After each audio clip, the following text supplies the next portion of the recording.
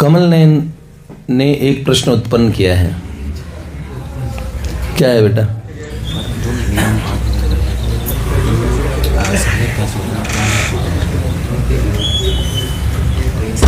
एक बात इन्होंने पूछी है, ये नियम जो हम करते हैं, एक तो भगवान का स्मरण करते हैं, वो तो भजन है, नाम जप इत्यादि, लेकिन हम नियम पाठ वगैरह करते हैं तो वो कैसे हमारे भजन में सहायक सिद्ध होते हैं? नियम ही भजन होता है।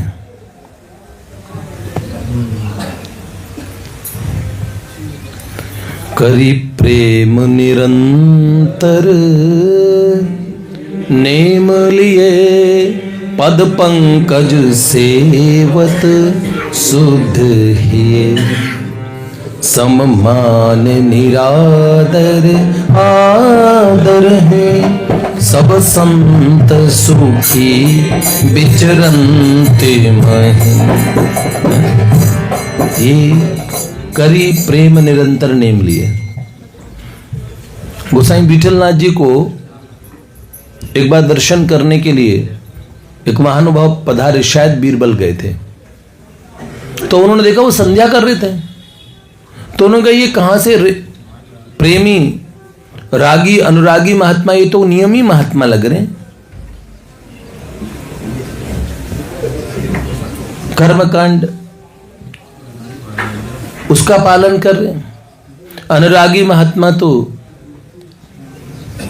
भगवान का भजन ही प्रमुखता से उनमें होता है, पर ये तो नियम अभी भी कर्मकांड के नियमों से बाहर नहीं निकले हैं। गोसाई विठलनाथ जी अंतर्यामी थे, पहचान गए। उन्होंने कहा भाई देखो भैया, ये जितने नियम है ना, संध्या उपासना जिसमें त्रिकाल संध्या है, और भी आपके नित्य पूजा के जो नियम हैं, सारे नियम असल में एक बाढ़ का काम करते हैं जो आपकी भजन रूपी खेती को बचाते हैं। सेठ जी सदा कहते थे नेम प्रेम टेम, टाइम समय, कोई भी समय हमारा व्यर्थ नहीं हो। तो जो साधक है वो समय को बर्बाद नहीं करेगा, उसका समय हर समय साधक, मतलब भोजन करा, अब मैं साधक नहीं हूं भोजन करते समय नहीं, वो सब समय साधक रहता है। समय नियम करी प्रेम निरंतर नेम लिए। नियम तो बहुत आवश्यक है। ये जो नियम है ये भजन का ही एक अंग है, हालांकि नियम ही पूरा भजन नहीं होता। तो भजन का एक बहुत प्रमुख अंग जो लंबे समय तक साथ चलता है, नियम। जो यमुनाचार्य जी कहते हैं ना, हे संध्या वंदन तुझे नमस्कार है, अब मुझसे कुछ नहीं होता, अब तो है न लाज तीनों लोक की, न वेद को कयो करे, न शंख भूत प्रेत की, न देव यक्ष सौ डरी। कहे न बात और की, सुने न कोई इच्छना, करे न बात और की, सो भक्ति प्रेम लक्षणा। एक दिन ऐसी स्थिति आती है, न लाज की न वेद को कहो करे। एक दिन ऐसा होता है, जानबूझ के नहीं करा, उससे वो नियम भी छूट जाते, भगवत स्मरण में ऐसे रहते हैं सदा। नाम की पहला नाम लेते ही मीरा जपति गिरधर नाम।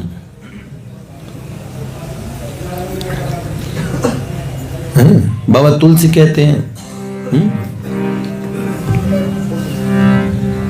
पुलक तन गद गद गिरा, नैन नीर मन पीर, और नाम जपत ऐसी दशा, होय मिले रघुबीर।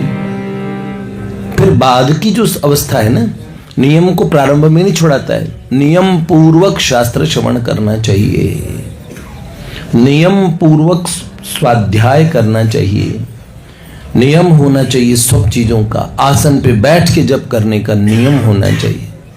साधक को कुछ नियम तो पक्के कर लेने चाहिए, नियम मैं किसी स्थिति में करूंगा, तो नियम से पीछे मैं देखूंगा, मैं ये नहीं करूंगा, मेरा नियम है।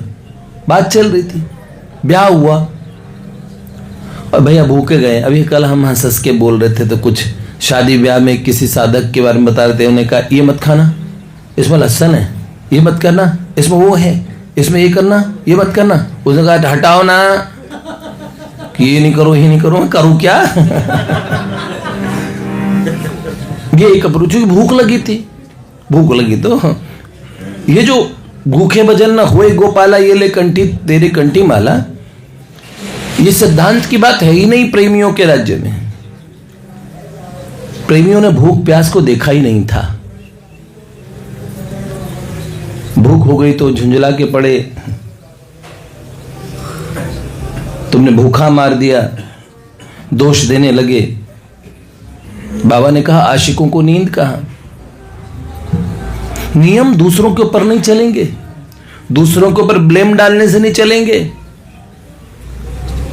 इनके कारण नहीं खा पाए, नियमी आदमी चुपचाप, हाँ भाई ठीक है नहीं पा रहे, ओके, उतना ही शांत रहेगा, हाहाकार नहीं मचाएगा। क्या ही दिखाया, थोड़ी लहसुन की चटनी के साथ रोटी खा लूं, होगा कि नहीं होगा? परमात्मा देख रहे हैं बेटा। सूक्ष्म से सूक्ष्म नियम आप जो ग्रहण करते हो, इस मार्ग पे कोई व्यक्ति नियम लेके चलता है, उसकी टान उसकी वृत्तियों को कसते हैं नियम। हाँ, कई लोग बहुत ही ज्यादा नियमी होते हैं, ठीक है, उनके लिए लाभदायक है। समाज के इस परिप्रेक्ष्य में जहां जहां रहते हो, थोड़ा थोड़ा तो अपने आप को, अगर एकांगी जीवन है तो चूंकि वीणा के तार, गिटार के तार कितने कसोगे? ढीले छोड़ोगे तो स्वर नहीं आएगा, बहुत ज्यादा कस दोगे तो टूट जाएंगे। तो नियम का विवेक पूर्वक निर्णय करना चाहिए, गुरुजनों से पूछना चाहिए कि क्या नियम है। इसलिए खुद गुरुजन भी बड़े सोच सोच के नियम देते। साधक की ये जबान ये बस में नहीं तो साधक कैसा? इसीलिए साधक को कभी भी ब्लेम गेम, ये आरोप लगाना कि इसके कारण हमारा नियम टूट जाएगा, कोई नहीं हमारा नियम तोड़ सकता। हम अगर हमारा निश्चय पक्का, हम एक अच्छे हैं, समझ रहे हैं आप? तो इस बात को इस तरीके से कभी भी आप लें, हमने खुद लिया नियम।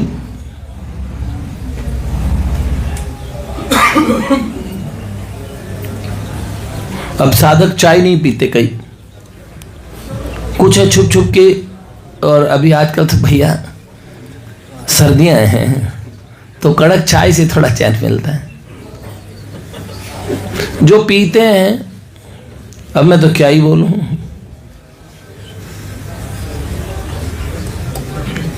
लेकिन हम जब ये बोलते हैं चाय कॉफी नहीं पीते, उसमें जो पीते हैं छुप छुप के,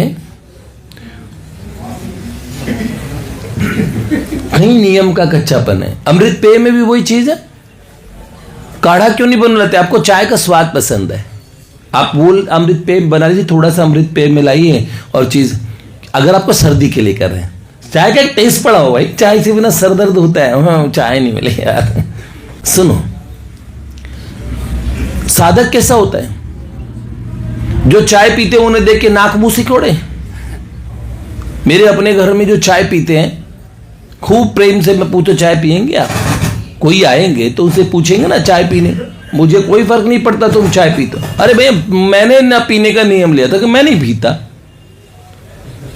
हमारी सारी प्रॉब्लम दूसरों की कसौटियों पे, सब चीजें अपने नियमों के लिए, अब अपने लिए आग्रही होना। एक तो हम सभी चेक करते रहते कौन कौन नियम पालन नहीं कर रहा, किसने चाय पी थी नहीं पी, देख लो जरा, हाँ इसे चाय पी, अब सही समय पे बोलूंगा। वहां चाउमीन खा रहा था और चाउमीन के अंदर में वो ओनियन गार्लिक था भैया।